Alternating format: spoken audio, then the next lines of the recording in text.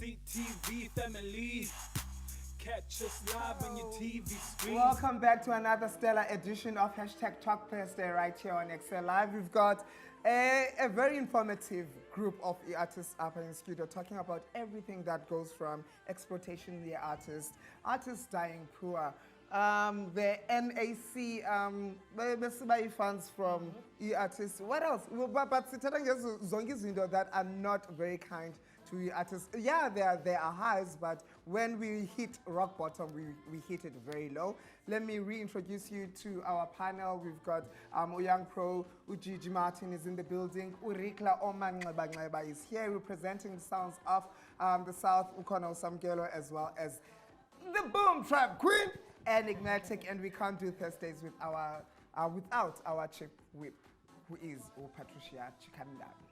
Right now, though, we are going to talk about celebrating artists after they deceased. This is a tricky one for me because I feel like singing about this, we have lives. Do you understand? We can't then tweet it. Uzola is my favorite artist of all time. That will never change.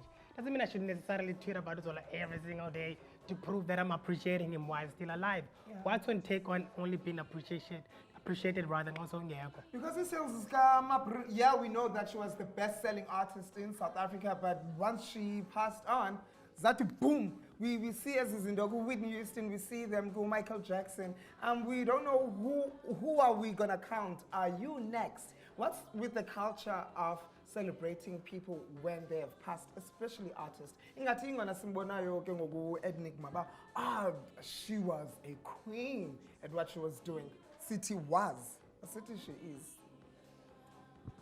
I think it's a difficult thing, to be honest with you, because that slogan Sam's always say, I always say that abantu baniki roses zabo while they can still smell them, and it is a thing that most of the artists, because I also feel like most of the time he labels. I've seen that not just here in South Africa but also overseas with the Juice WRLD thing. So after he passed on, the family also came forward that the label was using ukufa kwakhe to generate more income. Do you get what I'm saying? Sick. I know, to generate more income and bring it up again, like here home. I really don't know about why we don't celebrate people. Like in being busy or. And you only get reminded sometimes because there's so much going on in my life. And then I'm only reminded, like saying, yeah, but that was an OG, and then it's singing my favorite song, and then it download. Maybe we should host ceremonies just to give thanks and appreciate artists that have paved the way for upcoming artists. Record labels ripping people off. Fifi Cooper, for once, parted her ways with Ambitious Records. She's an independent artist now. She can't perform songs that we know her as the famous kisses. She can't perform those.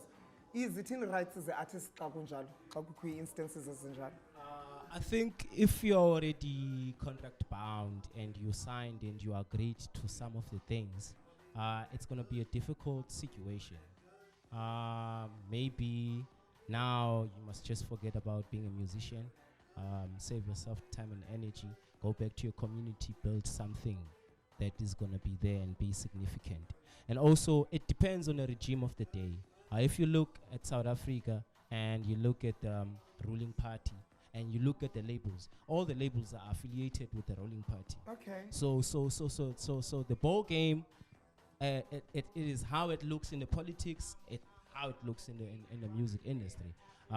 So doors will be shut for her, and even that right to even fight will be somewhat marginalized, and you'll be cancelled.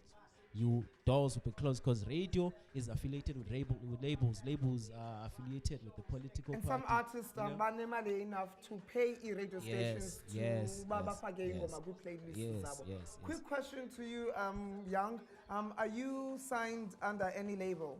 No. He is not. Luckily for him today, he's not. But should a record label come to his desk, to his door, to his office at Inkeluk Signer, what should he look out for when it comes to your contract? Because whilst you might understand parts of the contract, it's really tricky for you to understand the entire contract. So that's why you need a lawyer to help you out with that. Because sometimes they might sell to you so good, but at the end of the day, somehow, they are benefiting from you. So it's a matter of to what extent are they benefiting and to what extent are they exploiting you.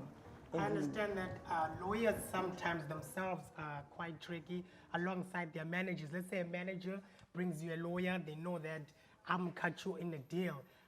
What else can you do apart from trusting a lawyer as an artist to make sure? Because I understand the managers as Temigali, Sianchang, bookings. What other precautions can you take as an artist? Rikla?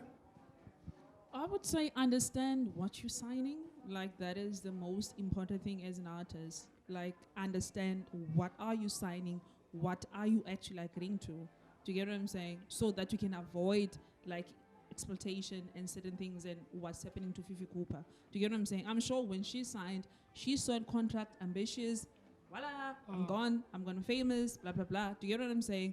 So just read between the prints and understand exactly what are you agreeing to, what are you signing to. And also on that, right, I think you should separate the two parts. You Okay. can't have a lawyer who's recommended by your manager. What if then you have issues with your manager? How are you going to use the lawyer? So you should try and always separate the conflict of interest between the two. Helps find your own. Yes. Okay, in my opinion, I actually think like artists should get a website called NTP, which is NTP. It is called the National Artist Development, which actually helps a lot of artists to improve their skills, and we actually learn a lot about what can you do before signing a record deal and what can you do like there's a lot of things that's involved there. Like even though I won't mention the other things, but I would actually say artists should actually research and find information before signing anything, because you won't even know what's gonna happen next after you sign the record label. Maybe they're gonna get 90% of your work and you're getting 10, just because you don't know anything and you're frustrated because like on niggas, like you're an independent artist, you come from Enyanga, so ambitious entertainment can come to you. Then if we need deal, so because like you wanna eat something, but like bazo take advantage because babo and bad, like you know nothing. So you shouldn't rush the process. You gotta know the things before, like So research is key. Sure, yeah. Gigi, your closing statements, and then we pass it to Rikla. You know, I would personally say in this particular conversation that study the game. You know, when you study the game, there won't be any complaints. You know, I'm personally not a fan of contracts and record labels. And I would advise an artist, you know, start your own thing, watch it grow, water the plant until it's fully grown into a big tree. You know, it doesn't like with me. It's like I believe in things that are black owned. I believe that nobody should have, there shouldn't be a middleman. There should be you and your establishment. Yeah. You know. We are under 1 minute, Rikla. Yeah. What I was gonna say is that it's the culture of this generation. We love attention more than thinking about Mali. If ever you're out there, you are being exposed, and then you're going all over. When you're fine with it, you don't care about the money that you are making. I understand. 30 seconds. Some girl. I would say organize, fight, and in a way, let's start uniting and build cooperatives and cut the middleman. Sure. Sounds of the South on Facebook, and enigmatic Boom Trap Queen on Facebook, as well as Urikla on Mangabangaba on Facebook. We've got Gigi Martin on Facebook, as well as Young Pro SA on Facebook. Do follow them and find out how you can purchase their music. Ekse will be back tomorrow between 4 and 5. Thank you for choosing us. Goodbye. So long.